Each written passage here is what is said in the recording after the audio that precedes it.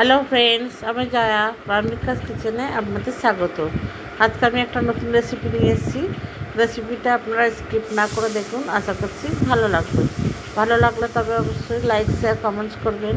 আর পুরনো বন্ধু যারা আছেন আমার চ্যানেলটাকে যদি সাবস্ক্রাইব না করে থাকেন তাহলে চ্যানেলটাকে সাবস্ক্রাইব করার অনুরোধ রইল। এখানে আমি 3টে শুটকি মাছকে গরম জলে ভালো করে ভিজিয়ে নিয়েছি। নিয়ে তারপরে সেগুলো আস্তে আস্তে খোসা ছাড়িয়ে নিয়েছি। বেশি গরম জল দিইনি, কুসুম কুসুম গরম জল দিয়ে খোসাটাকে ভালো করে ধুয়ে ছাড়িয়ে নিচ্ছি। এইভাবে ঘষে আঁশটাকে ছাড়িয়ে নিয়েছি। সমস্ত আঁশ এই গরম জলে একটু ভিজিয়ে রাখলেই, কুসুম কুসুম গরম জলে ভিজিয়ে রাখলে এটা ছেড়ে যায়। এবার আমি সেই শুটকি মাছগুলো ভিজিয়ে রেখেছিলাম, সেই শুটকি মাছগুলোকে আমি একটা নোড়া দিয়ে ভালো করে থেতো করে নেবো। এভাবে থেতো করে নিচ্ছি।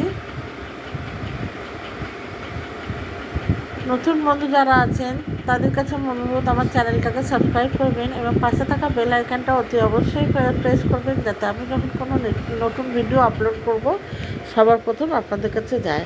আর পুরনো বন্ধুরা যেমন আমাকে এতদিন সাপোর্ট করেছেন সেইভাবে সাপোর্ট করে যাবেন, তার জন্য আমি আপনাদের কাছে কৃতজ্ঞ।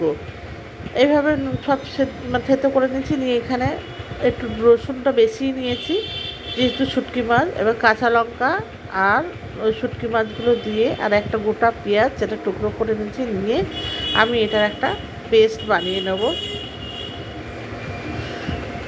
ঝালটা আপনারা আপনাদের মতো নিয়ে নেবেন, আমি আমার মতো ঝাল দিয়ে নিয়েছি।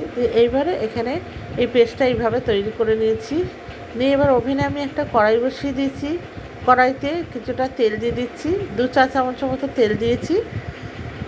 দিয়ে এবার ওতে একটু কালো জিরে দিয়ে দিলাম ফোড়ন হিসাবে। 1 চিমটের মতো কালো জিরে দিয়েছি। যে কালো জিরেটা ভাজা হয়ে গেলে আমি দিয়ে দিচ্ছি টুকরো করে রাখা পেঁয়াজ। হাফ পেঁয়াজ নিয়েছি, একটা বড় পেঁয়াজকে অর্ধেক কেটে টুকরো করে নিয়েছি, ছোটো ছোটো করে টুকরো করে নিয়েছি একদম। দিয়ে পেঁয়াজগুলোকে আমি একটু হালকা বাদামি রঙ করে ভেজে নেব।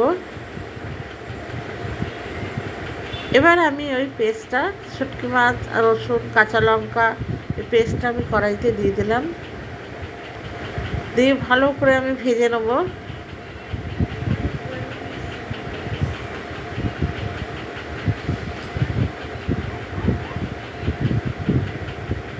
এবার এখানে দিয়ে দিচ্ছি হাফ চা চামচের মতো, হাফ চা চামচের থেকে একটু কম হলুদ গুঁড়ো দিয়ে দিচ্ছি।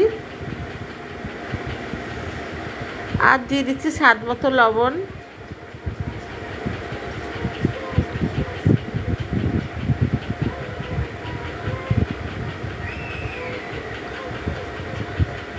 আর দিয়ে দেবো এখানে একটু লাল লঙ্কার গুঁড়ো,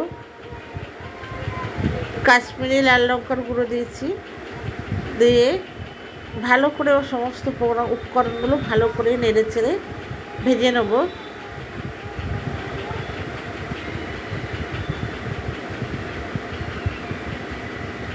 এইভাবে নেড়ে চেড়ে ভেজে নেব পুরো,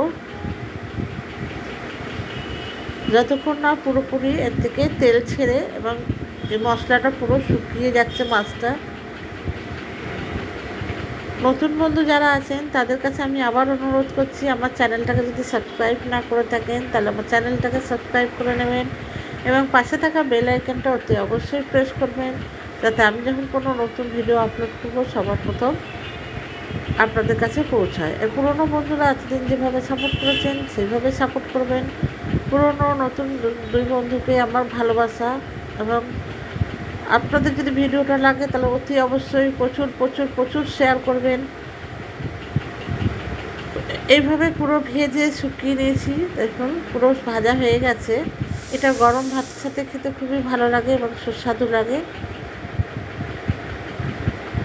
পুরো এইভাবে ভেজে শুকিয়ে নিয়েছি। আমার এই রেসিপিটা 80% তৈরি হয়ে গেছে।